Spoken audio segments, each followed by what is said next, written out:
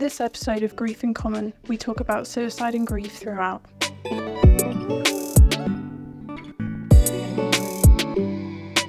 So, hello everyone, and welcome back to the Winston's Wish Grief in Common podcast. You have probably heard me here before, but I'm Maya. Brief overview of my story is that I lost my dad to suicide when I was 5 years old, and today's a special episode because I've got my lovely mother here with me. I never know what to call you. I feel like I started calling you mummy, ironically, and I was just kind of stuck. But I'm here with my lovely mum today. So do you want to say hi, Mum? Hi, Mum. Hi, Maya. It's lovely to be here. Let's give something back to Winston's Wish. Yeah. It's funny doing an episode with you because I had this conversation with Winston's Wish before, we started the episode, but I think, me and you are very open with each other. And, I feel like we get quite deep with each other quite a lot when we see each other. But I guess it's that part of what happened to us that I probably wouldn't remember, that we don't really talk about that much because, it happened so long ago. So for listeners, it's been, God, how long has it been now? It'll be 19 years this year. Yeah, since we lost Dad.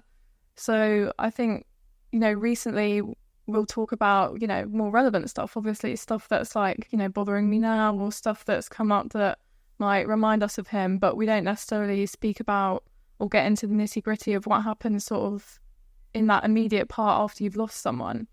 So I think it's going to be quite, I don't know if nice is the right word, but interesting talking to you about it, because I think probably the last time was when I would have been still quite young, because I think not a lot of people, but people have asked before, when did I know that he took his own life? When did I find out that the way he died was suicide? And I honestly can't remember a time where I didn't know that was why. So it'd be interesting to hear from you, how that was for you. Obviously there was a point where you told us that is how it happened, but how did you get to that point where you felt able to tell us? Did you sort of speak to anyone about it? How was that like for you? It's strange, isn't it? And I suppose in a way that's, again, nice isn't the right word, is it? But it's good that that's how it feels to you, because actually how that came about was quite literally through Winston's Wish. I know we were at your dad's grave, so we had the funeral, which was about 6 weeks after your dad died, I think, about a month, 6 weeks. And I had been already speaking a little bit with a cruise counsellor. And I think, although I could be misremembering, because of course even, I know I was an adult at the time, but of course I was in real shock and, and grief and a lot of fear at the time. But I remember, I'm sure it was my cruise counsellor that suggested perhaps I should get in touch with Winston's Wish. They were very, very clear that I had to tell you the truth about what had happened, because at that point that hadn't been the case. And I just remember being sort of shocked and horrified and incredulous that would be the right thing to do. How do you tell your child something so extraordinary and so horrific?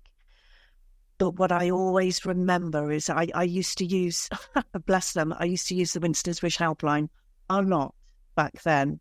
And I just remember whoever it was that I was talking to at the time just saying to me, well, when is a good age for you to tell your children? What do you think is the right age? And I remember saying, well, I don't know, when they're a bit older, maybe. And I just plucked these numbers out of the air, maybe 10 or 13 when they're a bit old enough to understand. And I remember them saying, and how do you know nobody else is going to tell them in the meantime? And what's most important is that that information comes from you, that they don't hear it secondhand from another child on the playground because they've heard their parents talking about it, or from, whisperings of somebody else. As much as every cell in my body, was saying, you can't, this is not information that 5-year-olds should hear, and certainly not your children, I knew I had to do it. And so I remember we went up to Dad's grave and we sat on the little bench they had there. Did they have a bench there? I don't remember a bench. I remember a rope swing. Yeah, no, because we used to take the picnic blanket up there, didn't we, weirdly? Just for context to everybody, it's a green burial ground. It was like one of the first sort of a long time ago near us. So actually, no, there wasn't a bench. But we sat there anyway. We were at the cemetery, and I told you both then. And Winston's Wish in the meantime had sent me through some little booklets and resources. I just remember opening that up and just thinking to myself, oh my God, what has our life become, and what is about to happen to you and your brother when I give you that sort of information? And that's where we went from there, really. But it was the right thing to do. And to hear you saying it's all I ever feel I've known, actually, that's what I meant. And I said, well, that's really nice to hear, because I think, and I hope that's really nice for Winston's Wish to hear, because it means that we did it, as much as the right time as we could have done. Well, that's what I was going to say to you. Like, does it help you know that you made the right decision? But I don't even remember that conversation. I don't know if my brother does. I don't think he does. All I remember is that it's sort of just like, as much as I know he's been dead for nearly 20 years, I also know that it was by suicide. I think, if he'd waited longer, or, if we got older and, we'd become accustomed to that he's died, but then this whole other layer is added of like how it's happened. That adds like a whole other layer of grief, which, probably was added anyway, but we could all process it, at the same time. Like, as we were growing up, it wasn't like you get accustomed to something and then bam, like, oh, actually, there's this whole other kind of part to it. And genuinely, if you'd said to me, I told you on the day that you found out he died that it was by suicide, I would have just believed you, because that's just how much it's always been something that I've known. I hope that makes you think that you made the right decision. But in a way, it wasn't my decision. And even now, if I went back and I hadn't had that advice so clearly, I mean, when you see it in context, it's like the most obvious thing in the world. But when you're a parent in shock and you're with two little children, 5 years old, to give you that information, it just goes against everything as a parent, So even now, I know logically it was the right thing to do in so many ways. But, if it happened again, I'm sure I would still be just that very frightened parent thinking, how on earth do I give that information? So I'm not sure as I do. I know what you mean by it's the right decision, of course, absolutely. And how do you get told one story and then a few years down the line go, actually, well, that really wasn't the whole story. I mean, that's equally awful to consider now. Now I've got a clear head. It's hindsight, isn't it? I mean, I don't know how much you remember of how we kind of reacted to it, because I don't remember anything. There's parts, and I'll probably touch on this later on, but there's parts of that period that I remember like almost in a photographic memory kind of way. Like I see the scene as if I'm looking into it rather than I'm seeing it from my perspective sometimes. So I don't know if you have a sense of sort of like how we took it, or if you don't remember, it's, probably a conversation that you sort of wanted to, forget happened in a way. Well, it's funny, isn't it? Because as you know, I kept some diaries at the time, and I'm literally the world's worst diary keeper. And it was sporadic, and it covered about sort of the first 2 years, and there's, a few entries. But actually, interestingly, and again, I know, as you know, it's thanks to those diaries that I do know how you responded, because I don't know as I would have remembered otherwise. And I've gone over those entries again leading up to today, just so that I've got that little bit of information that I can share with you and the people that are listening. And for you specifically, I just, in the diary, it says that the day I told you that you just went, I think I described you as going very pale and that you became very distant, so you went very in on yourself. And then I said that I checked in on you in the evening and you said, please don't talk to me about Daddy. I don't want to talk about Daddy. And then, so I'm going to get Oh man, it was bound to happen. even after all these years. But no, you went very distant. And then later that evening, you came down the stairs, you looked at me and you just said, I think we should forgive him. And you weren't even 6 years old. I was probably wiser than I am now. God. I don't think that's the case. Well, sometimes maybe. But then everything really did change. It did, it really did. It was almost like, again, we'll never know, will we? But I don't know if it just almost then sort of almost ignited grief. So whether you would have still grieved in the same way had you not been given that information, I don't know. But all I know is it did seem like from that moment on, that grief became ever present. It was just this thing in our lives that just hung around us all and got in the way of everything, really. But yeah, so that was your response, and it was, extraordinary. You just sat there and you literally processed it in your 5-year-old way. It's so interesting because I've never ever considered that maybe my grief was changed by, the way that he did it. I've literally never thought about that. Because it's sort of like a sliding doors moment, isn't it? Of like, when you lose anyone, but like when you lose a parent, you think about, the person that you could have been if you hadn't lost the parent that you did.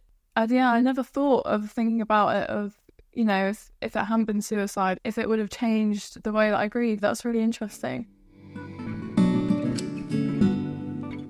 From what I do remember of like the early years after it just happened, it sort of fits with what you've just said of me saying that I don't want to talk about it, and that I remember being quite closed off initially. Like I remember my brother being, unless I'm remembering wrong, which is another thing of, losing someone when you're that young. When you get older, you're like, did that happen or am I just like mixing things up? But I feel like I remember my brother being a lot more open with his emotions and he sort of wanted to talk, or, it just came out more. When we would go and visit Dad's grave, I would just sort of sit in the car and I didn't want to go out and sort of, I guess, deal with my emotions, really, was probably what I was doing. But yeah, I don't know if you remember any of that. Well, again, I'm lucky I can talk about that because, again, it's there in those sparse diary entries of mine. So I think your brother responded, yes, I think in many ways he was a little bit more sort of vocal in things. But actually, if I look at my diaries, I think, although maybe it's only because I obviously I wrote down the times when you did say things. So actually, maybe that's not a fair judgment. But I think you did express quite a few things. There was, I remember you would cry in your sleep a lot. And you both had lots of upsetting dreams. I know a lot of it came out in dreams at the time. So there was lots of that sort of stuff coming out, and you would tell me about that. I remember you saying the things like at Christmas you would talk about, you used to think a lot about me. You were scared I would be lonely. You talked about that. You talked about being frightened about how Christmas would feel without Dad being there. That was the first Christmas.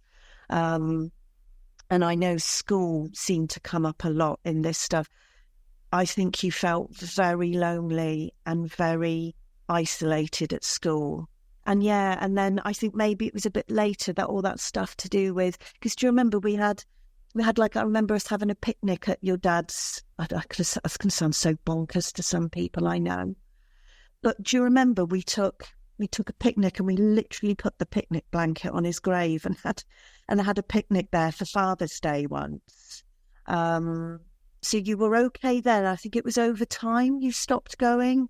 And you're right, you would sit in the car and you used to sort of say to me that and I think that was a time when you was really struggling. You would say you loved your dad, but you hated him too. You were angry with him and you didn't know how to feel. And then you stopped going to the grave. So you'd sit in the car and then you'd say, but I'm lonely in the car, and you just didn't know what to do with yourself. And it was, and as a parent, I suppose then that's really hard, because I don't want you to feel alone sitting in the car, especially in that place.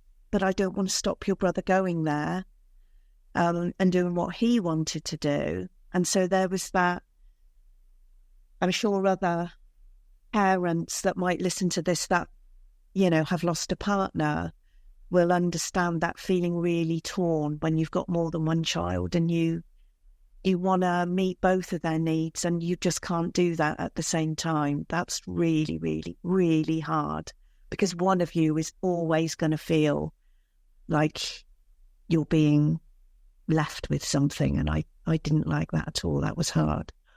Yeah, but then I suppose that's also just sort of a horrible side effect of just losing someone anyway, but also losing someone to suicide, where like and at that age as well, where we both probably did have all these really conflicting emotions that we just didn't know what to do with, and we were probably doing this like we've always done, where one of us is feeling a certain way at one point and one of us is, it probably would have been easier for you if we were both really sad at one point and then we were both really angry at the same time, but we were probably doing this. And it's really interesting because I've never remembered really feeling particularly angry about it, which I know is obviously such a common feeling when you lose someone to suicide, but I've never really remembered feeling that kind of way. So it's interesting to hear that, I obviously did at one point, even if I don't remember it.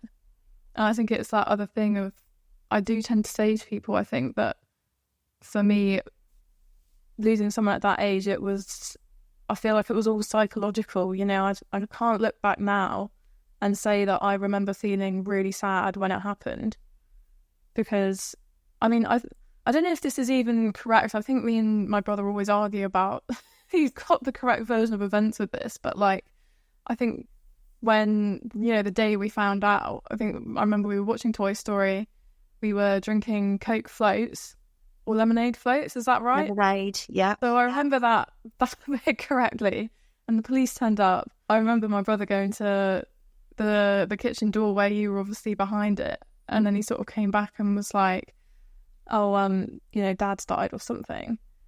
And it just didn't really register, and I was like, no, he hasn't. But it was like typical children, as in, nothing was really registering, but we knew something was happening. You don't process it in the way that you would as an adult if you were heard or told that information. And so in the early days for me, it seems like a completely psychological thing. I don't remember crying loads, and I don't remember feeling awful. I think almost the whole time my grief has been sort of a psychological thing. As I've got older, it's turned into like health anxiety and, worrying about other people. But it's quite rare that I remember or feel now like just really sad about it, which I almost sort of wish I had sometimes. Like I sort of wish I just had that like really raw emotion of being like. I always remember your granddad saying, so if you remember, what we did is we went straight over and we stayed for a little bit of time with your gran and granddad.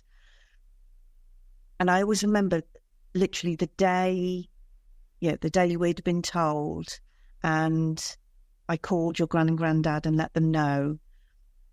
And they came and picked us straight up and took us to theirs.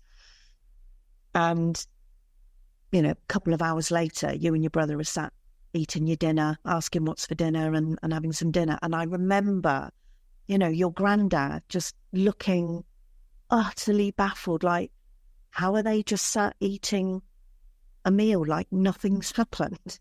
And of course we know now, probably like you sat there with your chicken nuggets or something, I don't know. Yeah. It's probably like, what's wrong with them? That's weird.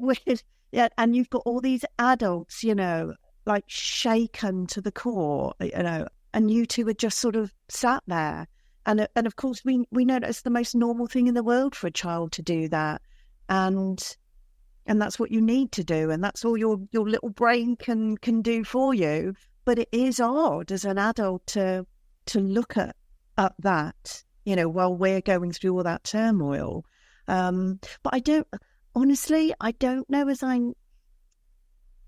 I necessarily agree with you saying about not ever being sad, but I think it's just that it was in the early stages for you. I do, and I think maybe it's just that you don't remember, and then for whatever reason something changed in that. And I know in some of the stuff that I've written, it talks about you just always being very quiet. You know, I know I've got in one thing, it looks like you're barely keeping your head above water. School, just having to go to school. I would have done anything to have just, and I know you know, I did a lot of times kept you out of school when I was getting challenged quite a lot by the school, and I didn't know they challenged you. Did they really They didn't make it easy.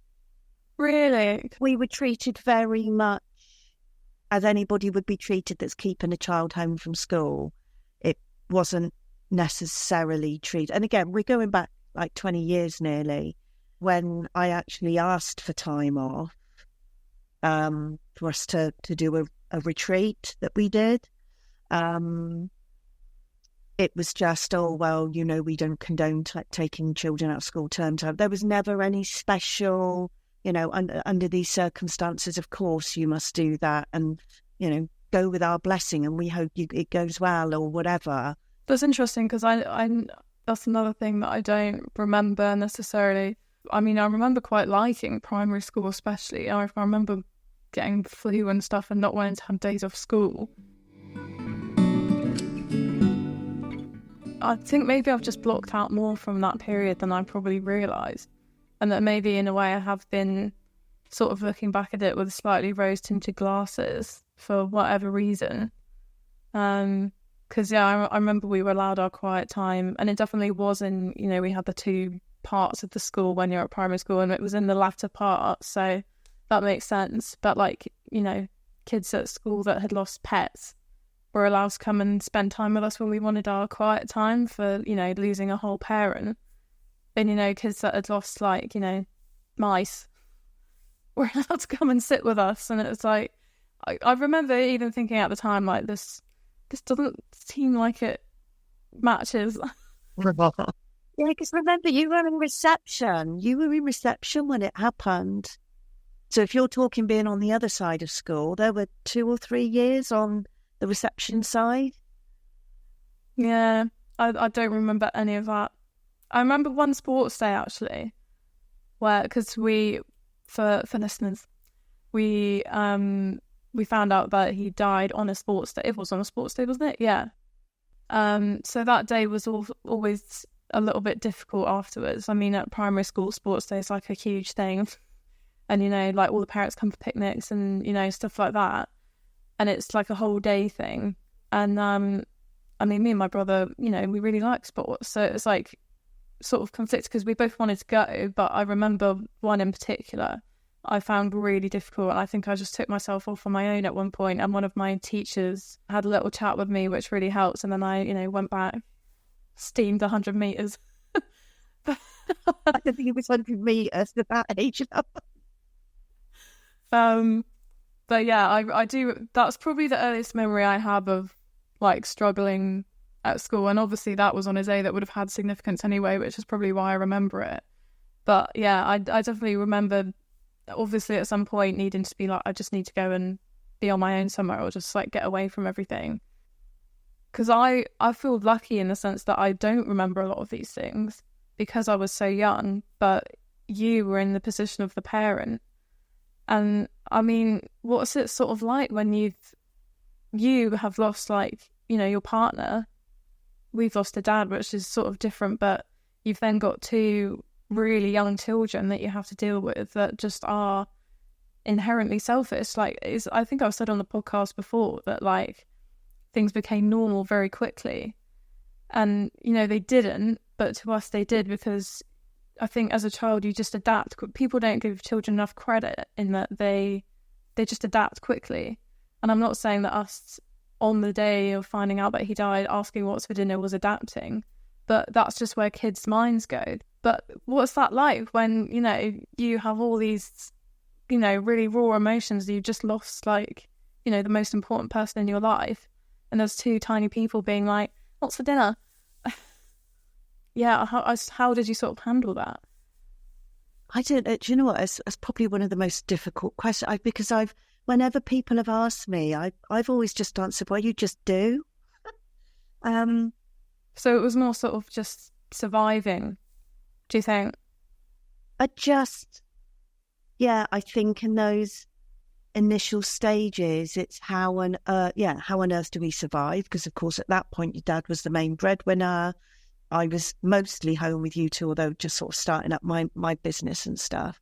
I really worry about how this will sound, but I think I was always very focused on you two, and always being really conscious of being sure.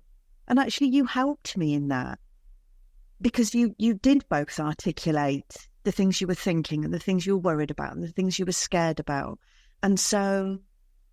Because I was going to say, at points, was it almost not helpful, but I guess when you're an adult going through it, all the adults that you're seeing are probably sort of, you know, they've got that look in their eyes and tiptoeing around you a bit. And, you know, we're obviously not going to talk about it all the time. You know, obviously there were points where we were really sad and upset about it, but there could have been points where you were feeling like really awful and we just want to talk about something completely ridiculous. I don't know if that was ever anything that kind of helped in a way. Actually, that's a really good point, love, because, yeah, I suppose there's a real duality to it, isn't there? So I know I used to do a lot of crying when I was washing up, because you and your brother would be doing your own thing. I'd be in the kitchen, but then you just sort of, you know, one of you will come in and it just sort of pulls me back to myself, and I'd go out and play football with you. Or I know obviously when we moved obviously into our lovely sort of what I always felt was our healing sort of house that we moved to with the lovely garden and everything. And so we would do lots of gardening and planting and stuff like that together.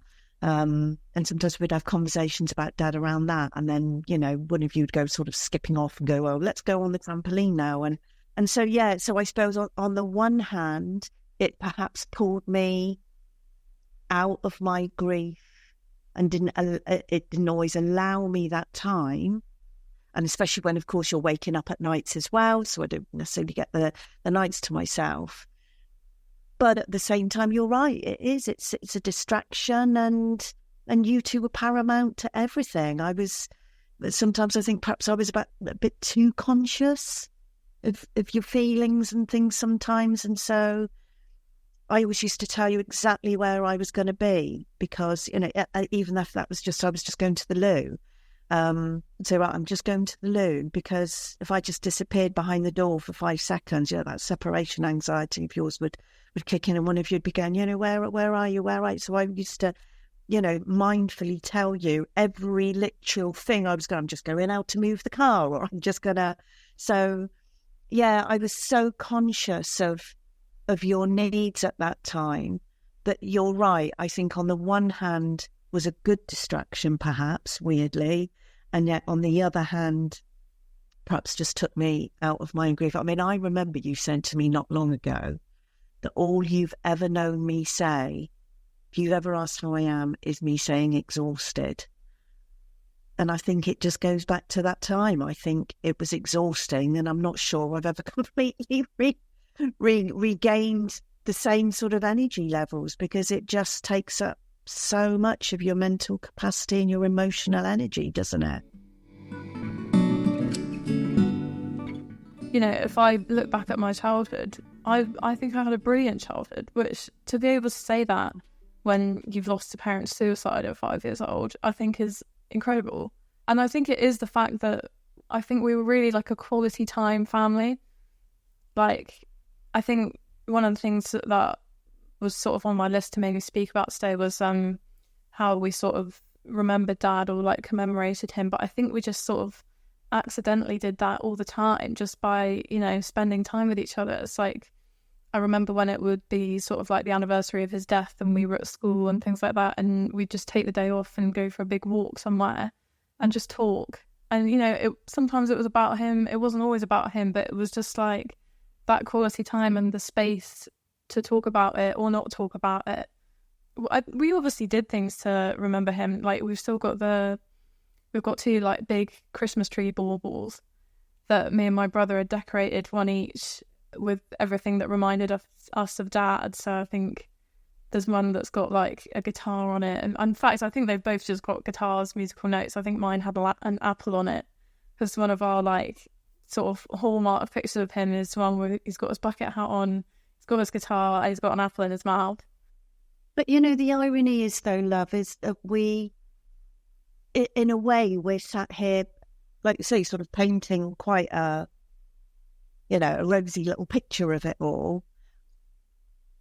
But I think it's really important to say that as much as I was trying to do, and as much as we were trying to address it and honour your dad as best we could in the ways we could, you know, depending on how old you were at, you know, any given sort of anniversary or birthday or whatever.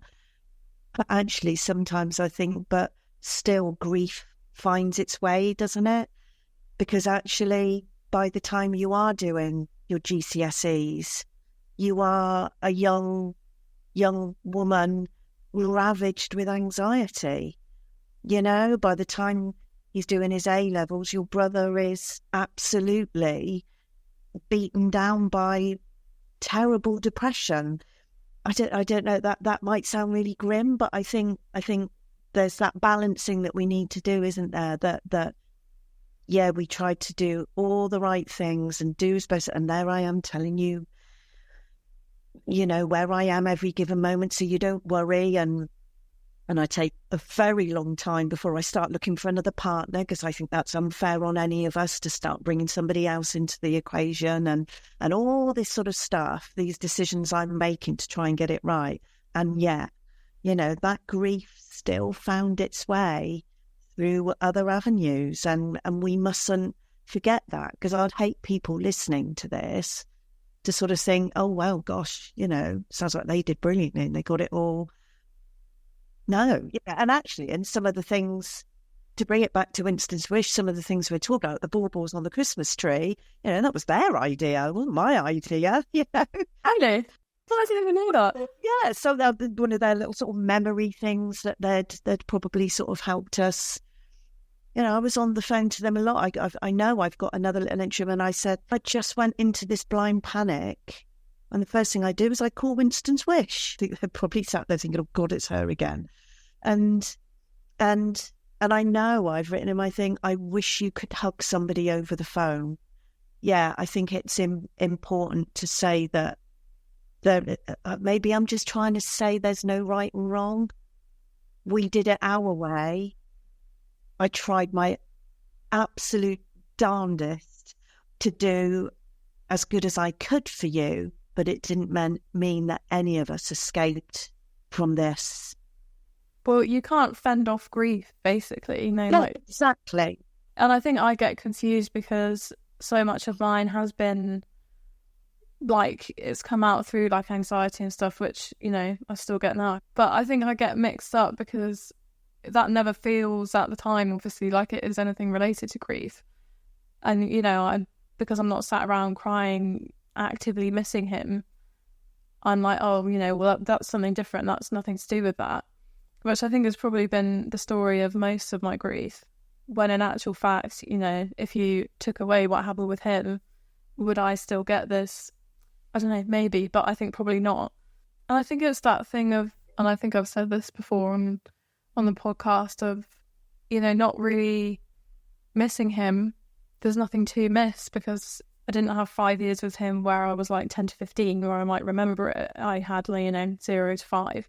And so sometimes it's frustrating, because sometimes I just really wish that we lost him older, just because, you know, then there would be stuff to miss, and like I'd be like, oh, but I feel sad because I'm really missing him, instead of just, you know, waking up one day and being like, oh, there's a pain in my arm, maybe I'm dying, and that's related to it, but I don't realise because, you know, and I think that's, you know, sometimes I'm not jealous, but I'm envious that you got to spend time with him as him. You know, you really knew him. I think I've found out loads more about him, you know, the older I've gotten. That, you know, he lived in Spain for a year, or, you know, like he liked this or he didn't like that. And it's frustrating because I wish I could have known that just myself by, you know, growing up with him. And, you know, sometimes it feels, I don't know, maybe that's why the health anxiety is a thing, because I don't have that other aspect of grief. I don't actively miss him, really. I'm sad for what could have been, but I can't miss him because I just don't have the memories to. You definitely missed him in those very early days. I know that much, but I suppose then again, yeah, as you get older, maybe the grief became another entity. Yeah, sort of. Maybe that was him. If that does that sound weird? I've not really thought of it like that before, but as in the grief is so inextricably linked to your dad and that man and the person he was. Maybe in your dad's absence, that was what your connection to him was, is the grief. Maybe the health anxiety is an extension of that. I don't know. I don't know where any of this is coming from, but therapist in you is coming out. Yeah, I don't know. No, it's not, I've never thought of it like that before. It was only listening to, you know, what you just said there. People always talk about milestones, but I haven't really felt that as much for me, you know, like when, I think maybe again because it got normal so fast, so quickly. He wasn't at things that, you know, other people's parents would be at. I just got used to you being there all the time. Like, you know, when you finish primary school and then you finish secondary school and you do your GCSEs and you do your A-levels, and I don't really ever remember being like, oh God, I wish Dad was here. Like, I never really felt like that. But then, and then with my graduation, I said before, I don't know if that was because my graduation was such a weird one. I think you would agree as well that it was my brother's graduation that just both, it got us both out of well, not out of nowhere, but I've never really wanted him to be at something. That was probably the first time ever since, you know, we've lost him that I've been like, God, I just wish he was here for this. This is really, like, this really bothers me that he's not here for it. We were ridiculous on that day. We couldn't even look at each other without crying. And I know we were both thinking that, like, not only just the huge pride and because of his own challenges, you know, how far your brother had come, but yeah, absolutely. And I have no doubt, had it not been for COVID and, you know, how you ended up graduating, or not, graduating, but with no graduation. Yeah. I'm sure it would have been just the same. I have no doubt it would have, but I'm absolutely gutted you didn't get that chance, and that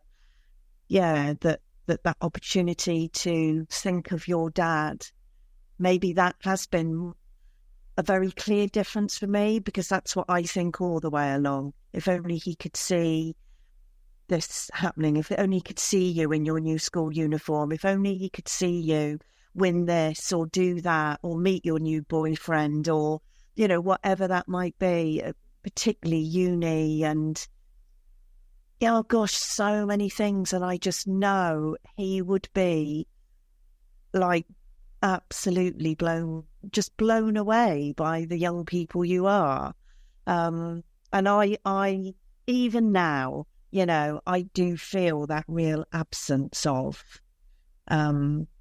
him there at those times. And I'm sure there's going to be more times to come, you know, as you two get older and whatever, you know, path your life takes. And I'll just be, just everything, you doing this, which is ironic, because how can he be proud of you being a Winston's ambassador if he hadn't died? But do you know what I mean? I mean, just what an extraordinary thing for you to do. And I just miss being able to share it with him, or having somebody else that can feel that pride. And, well, I know, again, Granny and Grandad do, and, you know, people around us in that sense. But thank you so much for doing this with me. I think it's so nice, even when we have a relationship as close as you and I do, to talk about this sort of thing that, you know, it's sort of like an ever-present thing, you know, this huge thing that happened to both of us that, you know, we don't really talk about a huge amount anymore just because we don't need to. But it's really nice to have these kind of conversations with you. And I think now that I've gotten older, hear your perspective a bit more and understand that side of it rather than just, you know, having my own sort of little bubble of it all. So thank you so much for being so open with me, and for all the listeners as well. So yeah, thank you so much. Thank you for having me. It's been special. Yeah, hasn't it? It has, yeah. Thanks for listening to this episode of Grief in Common. This podcast is brought to you by Talk Grief, powered by Winston's Wish, the UK's first children and young people's bereavement charity. Listen to young people from different backgrounds have honest conversations about their grief and experiences. You might hear us laugh, cry, and everything in between. We hope that these conversations give you the confidence to talk about your own grief. If you're grieving and over the age of 13, this podcast is suitable for you, and we hope it helps you feel less alone. From teenagers to young adults, students to young professionals, we're all different, but we've all got grief in common. Thank you.